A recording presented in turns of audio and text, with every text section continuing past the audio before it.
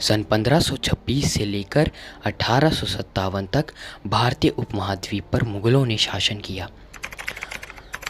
मुगल वंश की शुरुआत करने वाला और पहला मुगल बादशाह बाबर था, जो उज़्बेकिस्तान से भारत आया था। आगे चलकर इस वंश में हुमायूं, अकबर, जहांगीर, शाहजहां और औरंगज़ेब जैसे बादशाह हुए।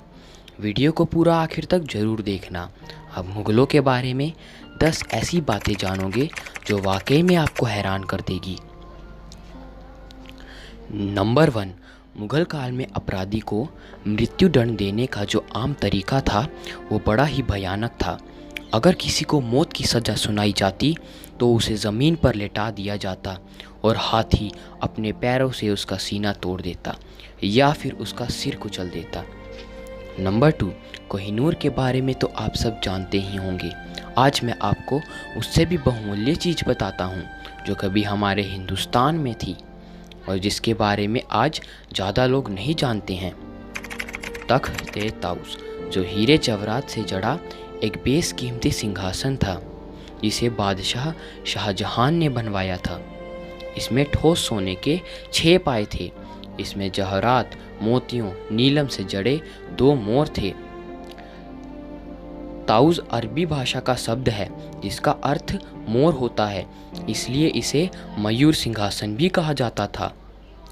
तख्त-ए-ताउस की कीमत 17वीं सदी में भी करोड़ों में आकी गई थी और इसे बनने में 7 साल का वक्त लगा था। सारा सिंहासन बेशकीमती रत्नों, मोतियों और सोने का बना हुआ था और इसे बेहद खास मौक़ों पर ही राजा के लिए राजदरबार में लाया जाता था। तख्त-ए-ताउस पहले आगरा के किले में मौजूद था, बाद में इसे दिल्ली के लाल किले में लाया गया। इतिहास में ऐसा अद्भुत तख्त ना ही शाहजहां से पहले और ना ही उसके बाद किसी राजा महाराजा ने बनवाया। ईरान के बादशाह नादिर शाह ने जब दिल्ली पर हमला किया तो वो सारी धन दौलत लूटने के साथ तख्त-ए-ताउस को भी अपने साथ ले गया। सन 1747 में नादिर शाह की हत्या हो गई और इसके बाद अचानक से ये सिंहासन गायब हो गया। तब से लेकर आज तक इसका कोई अता पता नहीं है कि ये कहाँ है। समय समय पर सरकारें इसका पता लगाने की कोशिश कर रही हैं। दोस्तों, आपको क्या लगता है कि आज तख्त-ए-ताउस कहाँ होगा? कमेंट करके ज़रूर बताइएगा। नंबर 3, किसी ज़माने में सबसे बेशकीमती हीरा कोहिनूर तख्त-ए-ताउस में था। कोहिनूर के बारे में ये कहा जाता था कि जो इस हीरे का मालिक है वो पूरी दुनिया का मालिक है। उस ज़माने में कोहिनूर की कीमत इतनी आकी गई थी कि उसे बेचकर पूरी दुनिया को 2.5 दिनों तक खिलाया जा सकता था। सन 1749 तक ये हीरा मुग़लों के पास रहा। ईरान का बादशाह नादिर शाह धोखे से मुग़ल बादशाह मोहम्मद शाह से पगड़ी बदलकर कोहिनूर को भी चुरा ले गया। ये हीरा कई मुग़ल बादशाह और ईरानी बादशाहों से होता हुआ अंत में अंग्रेज़ों के अधिकार में चला गया और आज भी उन्हीं के पास है। नंबर 4, अकबर की सबसे बड़ी कामयाबी थी उसका बसाया गया बहुत बड़ा शहर फतेहपुर सिकरी, जिसे पहाड़ी पर बसाया गया था जहाँ पहले कोई भी बस्ती नहीं थी। सन 1584 में एक इंग्लिश यात्री राल्फ फिच भारत गया था जिसने कहा था कि फतेहपुर सिकरी लंदन से भी बड़ा शहर है। अकबर एक कामयाब बादशाह होने के साथ साथ कला प्रेमी भी था। इस शहर का निर्माण अकबर ने अपनी निगरानी में करवाया था और अकबर ने खुद ही इसका नक्शा बनवाया था। पहले मुग़ल साम्राज्य की राजधानी आगरा थी। फतेहपुर सिकरी को अकबर ने नई राजधानी बनाया। फतेहपुर सिकरी सन 1570 से लेकर 1585 तक मुग़ल साम्राज्य की राजधानी रहा और पानी की कमी होने की वजह से सिर्फ 15 साल में ही इसे शहर को छोड़ना पड़ा और राजधानी को फिर से आगरा ले जाया गया। इतिहास में ऐसा कभी नहीं हुआ था कि एक इंसान के सपनों की वजह से इतना बड़ा शहर बसाया गया हो और उसे सिर्फ 15 साल में ही वीरान कर दिया गया हो। नंबर 5, दुनिया का सबसे बड़ा दरवाज़ा बादशाह अकबर ने बनवाया था। आगरा से 36 किलोमीटर दूर फतेहपुर सिकरी में मौजूद है। बुलंद दरवाज़ा दुनिया का सबसे बड़ा प्रवेश द्वार है। बुलंद शब्द का अर्थ होता है महान या ऊंचा।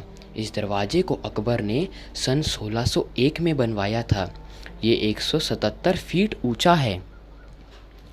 नंबर 6, हुमायूं, जो कि बाबर का बेटा था और जो दूसरा मुग़ल बादशाह था, वो अफ़ीम का बड़ा शौकीन था और अफ़ीम ही उसकी मौत की वजह बनी। एक दिन जब वो नशे और अफ़ीम के प्रभाव में था तो लाइब्रेरी की सीढ़ियों से गिरकर उसकी मृत्यु हो गई।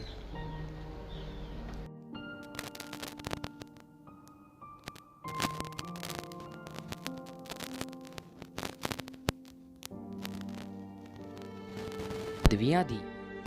उससे पहले बादशाहों द्वारा हिंदुओं पर लगाए जाने वाले जजिया कर उसने हटवा दिए। उसने राजपूत रानी जोधा से शादी की, लेकिन उसे कभी मुसलमान नहीं बनवाया। यहाँ तक कि रानी जोधाबाई के लिए उसने फतेहपुर सिकरी में मंदिर भी बनवाया। 1582 में अकबर ने एक नया धर्म बनाया था जिसका नाम था दीन ए इलाही। इसमें अकबर ने सभी धर्मों की मूल बातों को मिला दिया, जिसमें प्रमुख धर्म थे हिंदू, इस्लाम, ईसाई, जैन और पारसी। अकबर ने खुद भी इसी धर्म को अपनाया, लेकिन इस धर्म को ज़्यादा प्रसिद्धि नहीं मिली और अकबर के अलावा बीरबल ही मृत्यु तक इसका अनुयायी रहा और अकबर के अलावा 19 लोगों ने इसे अपनाया था। नंबर 8, सभी मुग़ल बादशाहों में सिर्फ औरंगज़ेब ही अकेला ऐसा बादशाह था जो अपने इस्लामिक नियमों के चलते शराब नहीं पीता था, लेकिन साथ ही उसे मुग़ल इतिहास का सबसे क्रूर बादशाह भी माना जाता है। गैर मुस्लिम पर लगाए जाने वाले जिस जजिया कर को अकबर ने ख़त्म कर दिया था, उसे औरंगज़ेब ने फिर से लागू करवाया था। यहाँ तक कि औरंगज़ेब ने अपने 3 भाइयों को मौत के घाट उतार दिया। उस समय के कवियों ने भी अपनी रचनाओं में भी औरंगज़ेब के अत्याचारों का जिक्र किया था। नंबर 9, कहा जाता है कि हुक्का मुग़ल काल की इन्वेंशन है। 16वीं सदी में यूरोपियंस टोबैको भारत लेकर आए और इसके बाद फतेहपुर सिकरी में अकबर के एक ईरानी डॉक्टर अबुल फतेह गिलानी ने हुक्के की खोज की थी। नंबर 10, मुग़ल सल्तनत की नींव रखने वाला बाबर एक पैदाइशी योद्धा था। वो अपने पिता की ओर से तैमूर लंग का 5वां वंशज था और अपनी माँ की ओर से चंगेज़ खान का 14वां वंशज था। जब वो 12 साल का था तो उसे विरासत में फरगना शहर मिला था और वो वहाँ का बादशाह बन गया और इसके 2 साल बाद जब वो 14 साल का हुआ तो उसने उज़्बेकिस्तान के शहर समरकंद पर हमला करके उस पर कब्ज़ा कर लिया। सन 1505 तक वो कई जंग लड़ चुका था। तब उसकी उम्र सिर्फ 22 साल थी। अब उसकी नज़र भारत पर थी। अगले 20 साल तक बाबर भारत पर कब्ज़ा करने की कोशिश करता रहा, लेकिन नाकाम रहा। सन 1526 में उसने दिल्ली को निशाना बनाया। तब दिल्ली का राजा इब्राहिम लोदी था। बाबर को लगा कि अगर वो इब्राहिम लोदी को गद्दी से हटा सकता है तो वहाँ कब्ज़ा बना सकता है। लोदी की सेना में 1 लाख जवान थे और बाबर के पास सिर्फ 12,000, लेकिन बाबर की सेना बेहद बंजारे खतरनाक लड़ाकों की थी। उनमें गजब का भाईचारा था। बाबर और इब्राहिम लोदी के बीच दिल्ली से 40 किलोमीटर दूर पानीपत में युद्ध हुआ। बाबर को युद्ध रणनीति बनाने में महारत हासिल थी। उसने ऐसा जाल बिछा रखा था कि मानो वो लोदी का शिकार करने वाला हो। 20 अप्रैल 1526 शुक्रवार की सुबह थी और इब्राहिम लोदी उसके जाल में फंस गया।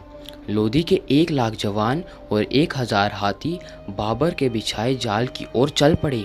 उसने लोदी की सेना को उस मौत के घेरे में घेर लिया जहां से उनके पास भागने का कोई रास्ता नहीं था। बाबर के जवानों ने लोदी की सेना पर हमला करना शुरू किया। उसकी तोपों ने लोदी के हाथियों को बेकाबू कर दिया, जिससे वो अपनी ही सेना के जवानों को कुचलने लगे। इससे चारों ओर अफरा तफरी मच गई और तब बाबर के तीरंदाजों ने तीरों की बौछार कर दी।